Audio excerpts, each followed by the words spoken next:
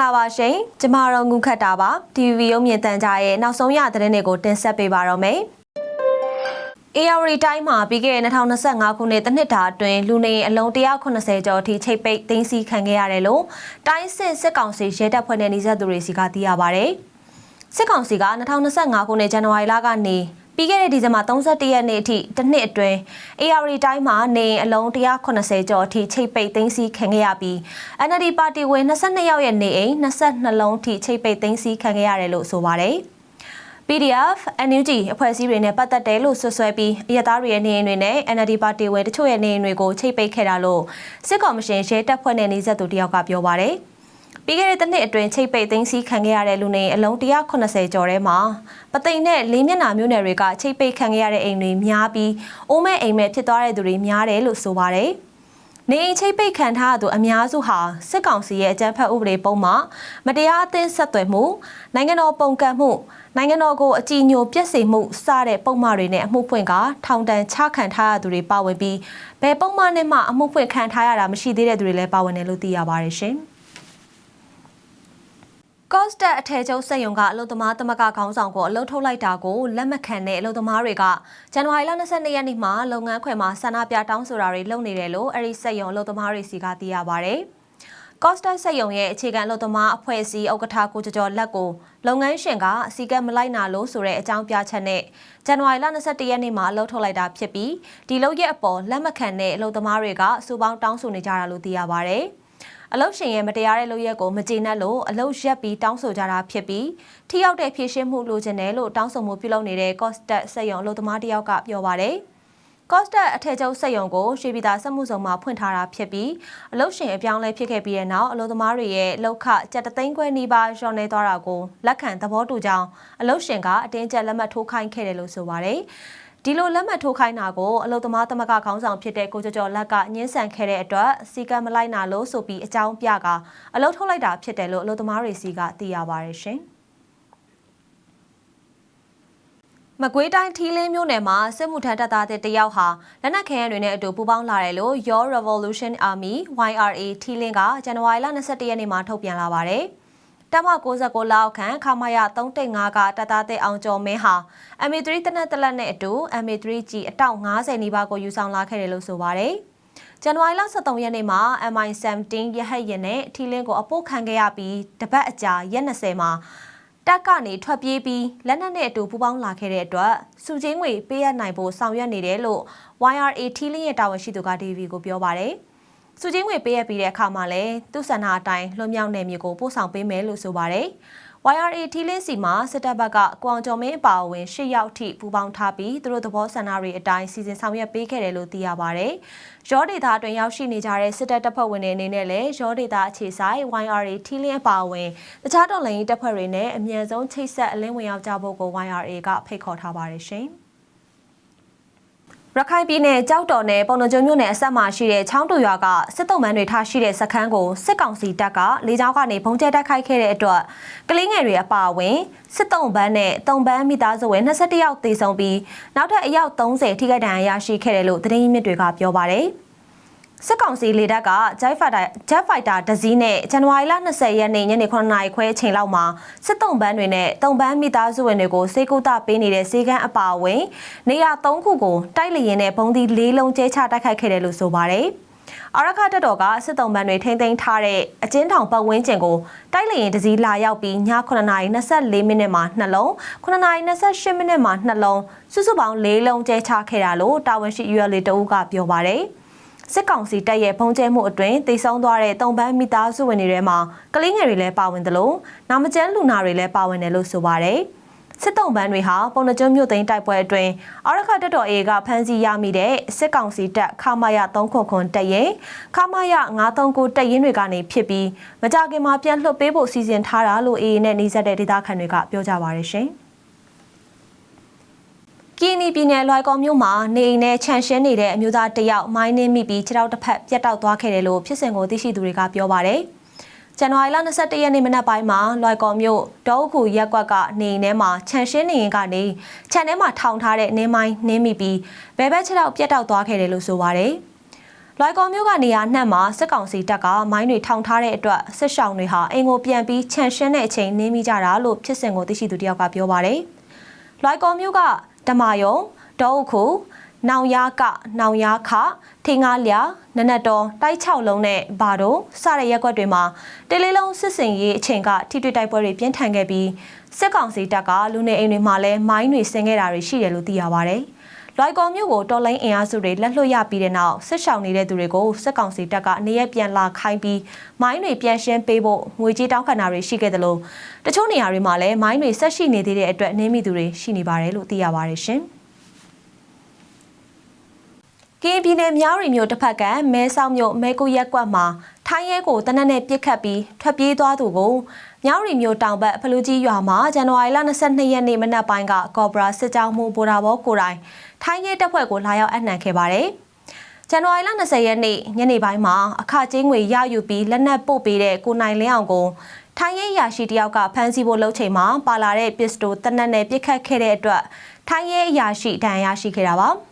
အဲ့ဒီနောက်ကိုနိုင်လင်းအောင်ကမြန်မာနိုင်ငံဘက်ကိုပြန်ထွက်ပြေးခဲ့တဲ့အတွက် KNL ကော်ဘရာစစ်ကြောင်းကခေါ်ယူပြီးထိုင်းရဲတပ်ဖွဲ့ကိုပြန်အပ်နှံခဲ့တာဖြစ်ပါတယ်။ကိုနိုင်လင်းအောင်ဟာစောက်လို့ရေးလုပ်ငန်းမှာအလုပ်သမားအဖြစ်လုပ်ကိုင်နေသူဖြစ်ပြီးငွေကြေးအဆင်မပြေတာကြောင့်အခကြေးငွေယူပြီးတနက်သွားပို့ပေးချိန်မှာဖမ်းဆီးခံရတာဖြစ်တယ်လို့သိရပါတယ်။လက်ရှိမှာတော့ကိုနိုင်လင်းအောင်ကိုထိုင်းနိုင်ငံတရားဥပဒေအတိုင်းအမှုဖွင့်ပြီးအရေးယူသွားမယ်လို့လည်းသိရပါတယ်ရှင်။မန္တလေးတိုင်းမလိုင်မြို့နယ်မှာစစ်တပ်ကရွေးကောက်ပွဲအပိုင်း3ကျင်းပဖို့ပြင်နေပြီးအနီးပတ်ဝန်းကျင်ရွာတွေကိုလည်းစစ်ကြောင်းထိုးတာတွေနဲ့ရွေးကောက်ပွဲမှာအသုံးပြုဖို့ကားတွေကိုချောဆွဲတာတွေလုပ်နေတယ်လို့ဒေသခံတွေစီကသိရပါဗျ။ဇန်နဝါရီလ25ရက်နေ့မှာရွေးကောက်ပွဲအပိုင်း3ကျင်းပဖို့ပြင်ဆင်နေတဲ့စစ်ကောင်စီဟာမလိုင်မြို့နယ်တွေကခီးတဲ့တင်ကားတွေလူမှုရေးအသင်းကားတွေဖုန်ကြီးကားတွေနဲ့အင်စီကားတွေကိုချောဆွဲထားပြီးရွေးကောက်ပွဲမှာအသုံးပြုဖို့ပြင်ဆင်နေတယ်လို့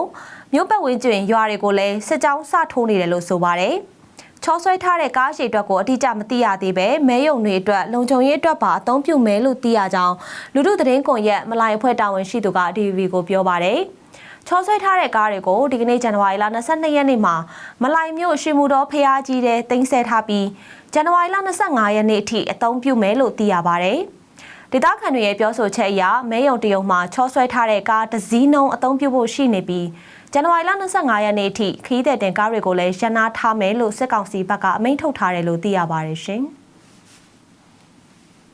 စကိုင်းတိုင်းမော်လူမြို့မန်ဟဲရွာထိပ်ကပြည်သူ့ကာကွယ်ရေးအဖွဲ့အထိုင်ချထားတဲ့ရုံးနေရာကိုဇန်နဝါရီလ21ရက်နေ့ညပိုင်းမှာစစ်တပ်ကလေကြောင်းနဲ့ပုံကျဲတိုက်ခိုက်ခဲ့တာကြောင့်ပကဖအဖွဲ့ဝင်9ယောက်သေဆုံးခဲ့တယ်လို့ဒေသခံတွေကပြောပါတယ်။မန်ဟဲရွာထိပ်ကပြည်သူ့ကာကွယ်ရေးအဖွဲ့ပကဖရုံးထိုင်တဲ့စေးပေးခန်းကိုပုံကျဲခဲ့တာကြောင့်တော်လိုင်းတပ်ဖွဲ့ဝင်9ယောက်နေရာမှာသေဆုံးခဲ့ပြီးအနီးအနားကနေအိမ်မှာရှိနေတဲ့အရက်သား2ယောက်လည်းထိခိုက်ခဲ့တယ်လို့သိရပါတယ်။တော်လိုင်းတပ်ဖွဲ့တွေရဲ့ရုံးတီနေယာအလွယ်တကူသတင်းပေါက်ကြားတဲ့အခြေအနေကြောင့်မလိုလားအပ်ပဲပုံကျဲခံခဲ့ရပြီးအသက်သေဆုံးနေရတယ်လို့အင်းတော်ဒေသခံတယောက်က DVB ကိုပြောပါတယ်။လေကြောင်းတိုက်ခိုက်မှုကြောင့်ပကဖရုံးနေယာနဲ့အရက်သားနေအိမ်နှလုံးပျက်စီးသွားပြီးထိခိုက်ခဲ့တဲ့အရက်သား2ယောက်ကတော့မိုးညင်းဘက်မှာစေကူတာမှုခံယူနေရတယ်လို့ဒေသခံကပြောပါတယ်။ဇန်နဝါရီလ20ရက်နေ့နေ့လယ်ပိုင်းမှာလည်းကောလင်းမြို့အရှိချမ်းမြကြီးနားရွှေဘိုကားလက်မဘော်ကဗရုံမာရွာနားမှာရှိတဲ့ပြည်သူ့ကာကွယ်ရေးအဖွဲ့စခန်းတစ်ခုကိုစစ်တပ်က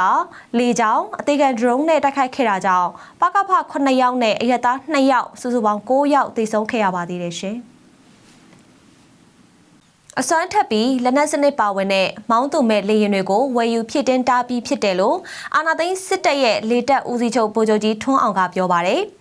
ဒီဇင်ဘာလ22ရက်နေ့မနက်ကမိထီလာမြို့လေကြောင်းအတက်တင်လေတပ်စခန်းဌာနချုပ်မှာပြုလုပ်တဲ့လေရင်မောင်းတင်တဲ့အမှတ်စဉ်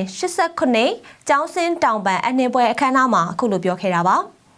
စစ်တပ်အနေနဲ့သူ့ကိုထောက်ခံတဲ့တရုတ်၊ရုရှားနဲ့ဘယ်လာရုစ်နိုင်ငံတွေကနေစစ်လက်နက်၊နည်းပညာနဲ့လေယာဉ် drone တွေကိုဝယ်ယူဖြစ်တင်းနေတာဟာပြည်တွင်းစစ်ကိုပုံမိုရှေ့ကြအောင်လုပ်နေတယ်လို့ဖြစ်နေတယ်လို့စီးရေးလေလာသူတယောက်က DVB ကိုပြောခဲ့ပါတယ်။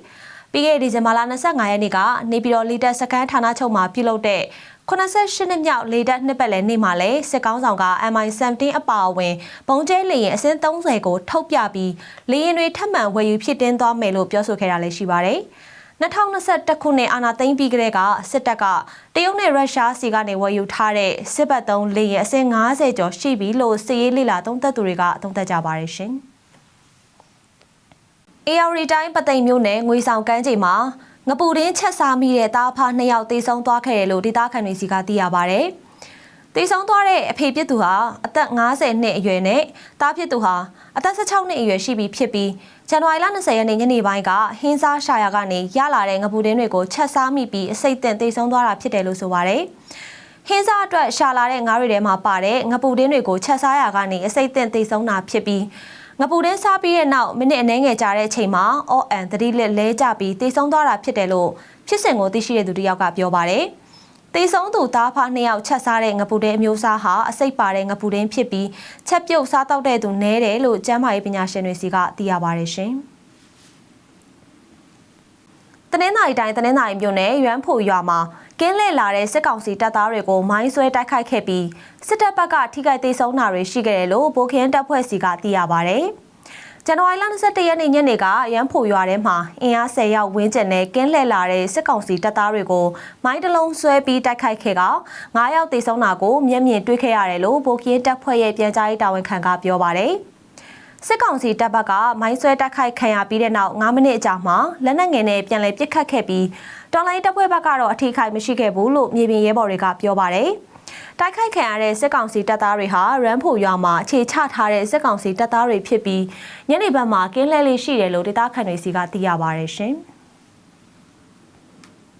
ပဲခူးတိုင်းဝေါ်မြို့နယ်စစ်တောင်းမြစ်ကမ်းကရွာတွေမှာစစ်တပ်ကလုံမဲ့ရွေးကောက်ပွဲတတိယပိုင်းအတွက်စစ်တပ်ကကြိုတင်မဲကောက်နေပြီးကြံ့ခိုင်ပါတီကိုမဲပေးခိုင်းနေတယ်လို့ဒေသခံတွေစီကသိရပါတယ်။ဝေါ်မြို့နယ်ကတရဲသမိန်ကျွန်းစုဝိုင်းပတ်နဲ့စင်ရွာတွေကို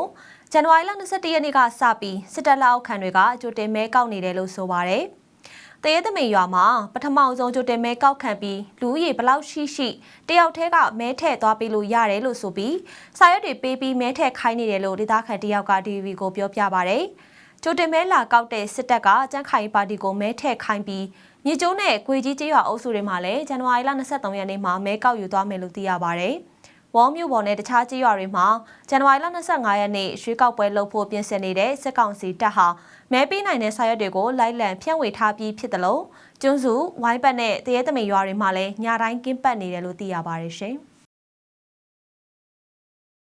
ရန်ကုန်မြို့မှာ2025ခုနှစ်တနှစ်တာကာလအတွင်းလူငယ်နဲ့လူလက်2035ယောက်ကိုစစ်တပ်ကဖမ်းဆီးခဲ့တယ်လို့ Rangoon Scout Network ကဇန်နဝါရီလ21ရက်နေ့မှာထုတ်ပြန်ထားပါတယ်။တနှစ်တာကာလအတွင်းစစ်တပ်ရဲ့ဖမ်းဆီးခံခဲ့ရပြီးပြန်လည်လွတ်မြောက်လာသူက282ယောက်ပြန်မလွတ်လာသေးတဲ့သူက294ယောက်နဲ့နောက်ဆက်တွဲအခြေအနေမသိရသေးတဲ့သူက1459ယောက်ရှိတယ်လို့ဆိုပါတယ်။ရန်ကုန်မြို့ကလူငယ်တွေဟာအကြောင်းမျိုးမျိုးပြပြီးပေါ်တာဆွဲခံရနိုင်ခြေရှိတဲ့အတွက်ဆိုရင်ထိတ်လန့်စိတ်တွေနဲ့နေကြရတယ်လို့လည်းဆိုပါတယ်။ဖမ်းဆီးခံရတဲ့ဖြစ်စဉ်တွေဟာကားလမ်းပေါ်သွားလာနေချိန်စိုင်ထိုင်နေချိန်ကားထဲထိုင်နေချိန်ဖုန်းစစ်ဆေးတာအဲဇရင်စစ်တာရင်တားပြီးစစ်ဆေးတာငလင်ဘေးအတွက်အလူခံချိန်ဖမ်းဆီးတာတရင်တိကျနဲ့ရှာဖွေဖမ်းဆီးတာစောင့်ဖမ်းတာဆန္ဒပြနေချိန်ဖမ်းတာအလုံးနဲ့မြားခေါ်ပြီးဖမ်းတာပြည်တစားနဲ့မြားခေါ်တာနဲ့မူရစ်စေးလိန်ကျွေးပြီးဖမ်းဆီးတာတွေဖြစ်တယ်လို့သိရပါတယ်။2025ခုနှစ်ဇန်နဝါရီလထဲမှာအယောက်400ကျော်ဖမ်းဆီးခံခဲ့ရပြီးကျန်တဲ့လတွေမှာပြန်မြအယောက်100ကျော်အထိဖမ်းဆီးခံခဲ့ရတယ်လို့ဆိုပါတယ်ရှင်။ဒီရုံမြင့်တန်ကြားရဲ့နောက်ဆုံးရသတင်းတွေကိုရှုစားခဲ့ကြရတာပါ။ကျွန်မကတော့ငုခတ်တာပါ။ကျေးဇူးတင်ပါတယ်ရှင်။